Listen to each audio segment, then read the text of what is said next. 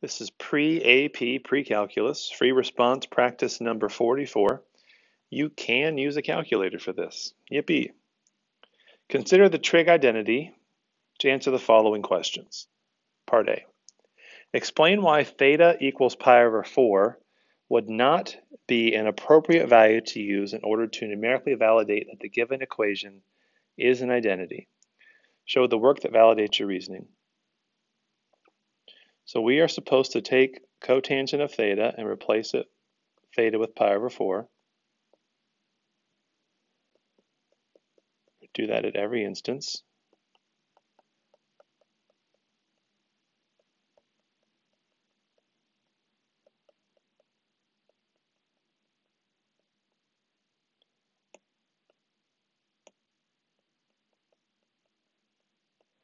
Why my handwriting can't get past my own handwriting.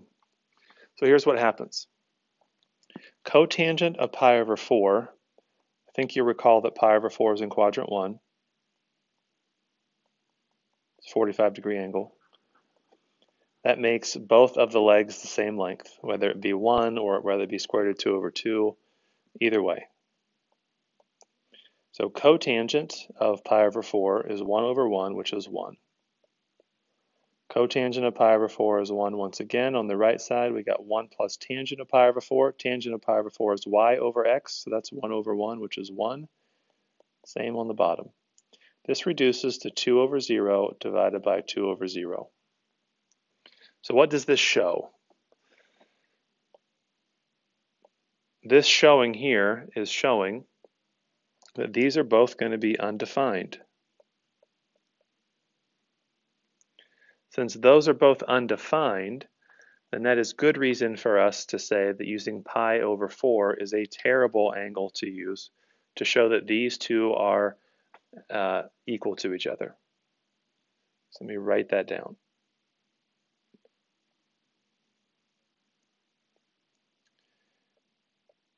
When theta equals pi over 4,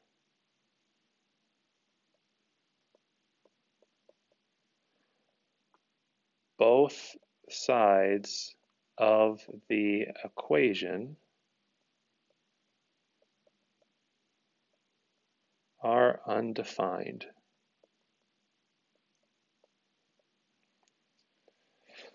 Let's see, do we need to say anything else? I don't think so. It says explain why this would not be an appropriate value. So I guess we should say in our answer that this is not an appropriate value. When theta equals pi over 4, both sides of the equation are undefined. Thus, using theta equals pi over 4 would not be an appropriate value to validate the equation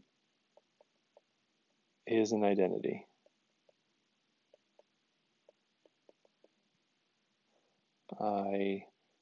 Identity. Cool. Part B. Based on your result from part A, what should the graph of f of x equals 1 plus tangent of theta over 1 minus tangent of theta look like at theta equals pi over 4? Well, what we know for certain is that this graph is going to have a discontinuity at pi over 4. We know from our study of the graphs of these, there's going to be a vertical asymptote at pi over 4. Since f of theta equals 1 plus tangent of theta over 1 minus tangent of theta is undefined at theta equals pi over 4, the graph of f of theta is discontinuous at theta equals pi over 4. Specifically,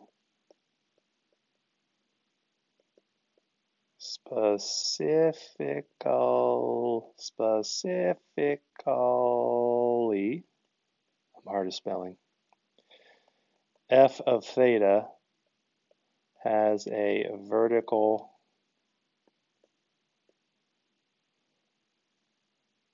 asymptote at theta equals pi over 4. You want to be specific with your answers. So things like naming the function, super important. Saying where these things are happening, super important. Saying the graph of the function and naming the function is super important. Those are things you cannot skimp out on when you're doing this. Part C. Considering the same function that we had at the beginning, I just copied it onto the second side of the paper. Choose and use a value of theta between 0 and pi over 2 to show that the equation is an identity. Round your answers to 3 decimal places. Well, I need to think of an angle between 0 and pi over 2 that's defined. Now, the special angles that I could use, I can't use pi over 4 because I just tried that, it didn't work. I could try pi over 3 and pi over 6, see if one of those work. I will try pi over 3.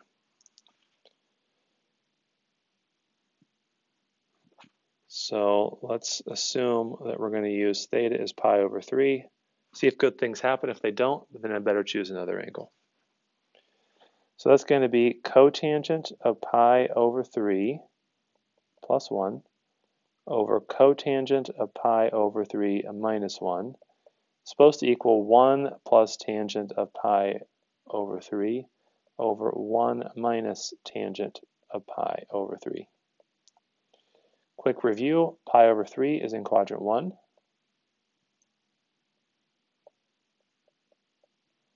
Let me make this bigger so I can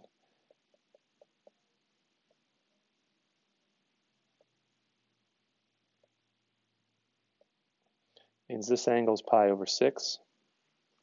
I'm going to not use a unit reference triangle. I'm going to use a reference triangle where the smallest side is 1 instead of the hypotenuse being 1. So opposite of pi over 6, that's the short leg is 1. The long leg is that times the square root of 3. The hypotenuse is the short leg doubled. Cotangent of pi over 3 is 1 over the square root of 3, which is square root of 3 over 3. Tangent of pi over 3 is just going to be square root of 3.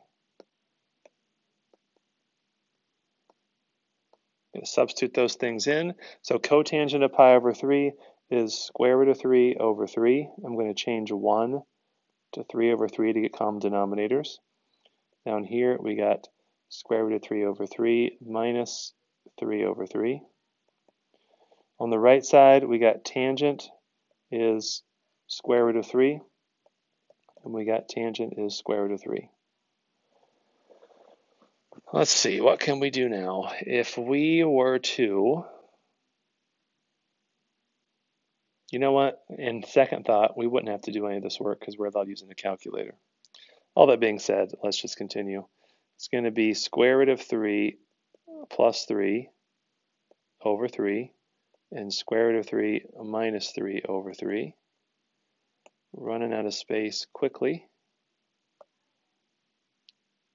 Right side's going to stay the same. I'm going to multiply this fraction on the left by 1 in the form of 3 over 3. Those 3's cancel, those 3's cancel. And that gives us square root of 3 plus 3 over square root of 3 minus 3. And the right side is 1 plus square root of 3 over 1 minus square root of 3. Are these answers the same? It doesn't look like it, does it? They look to be a lot different. I'm going to use a calculator, and I'm going to figure out if these are the same or not. So we got square root of 3 plus 3 over square root of 3 minus 3. That's the left side. That's about negative 0.3, scratch that, negative 3.732. Now let's try out the right side. 1 plus the square root of 3 over 1 minus the square root of 3. Oh, look at that. They are the same. They sure didn't look the same, but they are. The directions, once I get to a certain point in the problem, I forget what the question asked. Choose and use a value of theta, which we did, to show that the equation is an identity. Round your answers to 3 decimal places, which we did. So we are finished with this problem. We chose pi over 3. Pi over 6 would also work, by the way. Part D.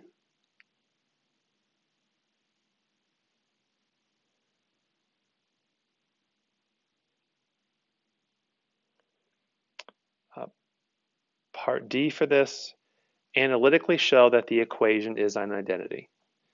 So the equation, I'm just going to copy this down and replace these with thetas. So we're supposed to be doing.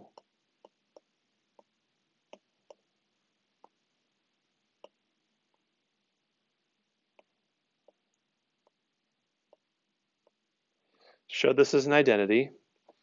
I am going to change everything in terms of sine and cosine. On the left, I'm going to have cosine of theta over sine of theta.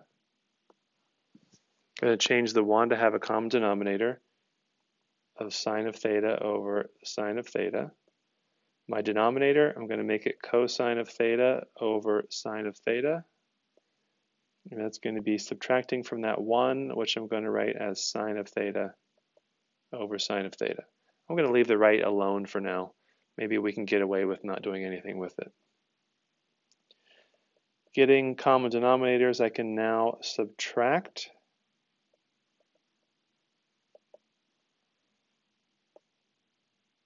When you subtract fractions, you subtract the tops, leave the bottoms the same. Whoops, this is supposed to be a plus. That's a plus. That's a plus.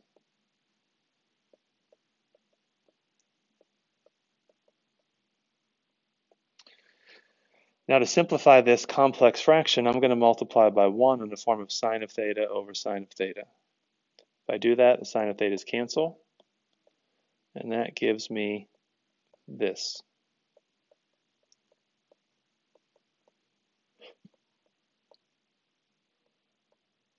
Which is not super easy to work with. So I'm going to stop working with the left because that's kind of rough. I'm going to work with the right side now, and I'm going to change this to 1 plus, scratch that. I'm going to change it into terms of sine and cosine.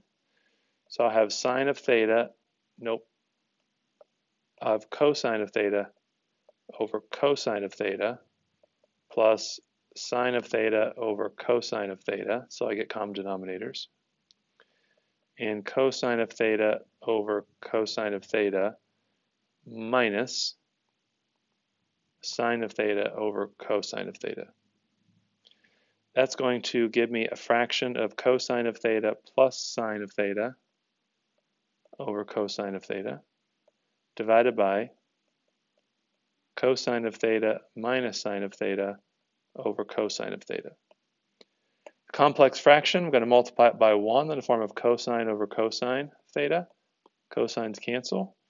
Oh, look what I get. I get what the left side was when I finished and got scared.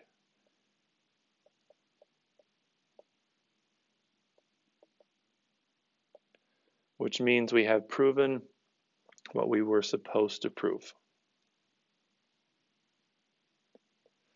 Excellent. That concludes that question.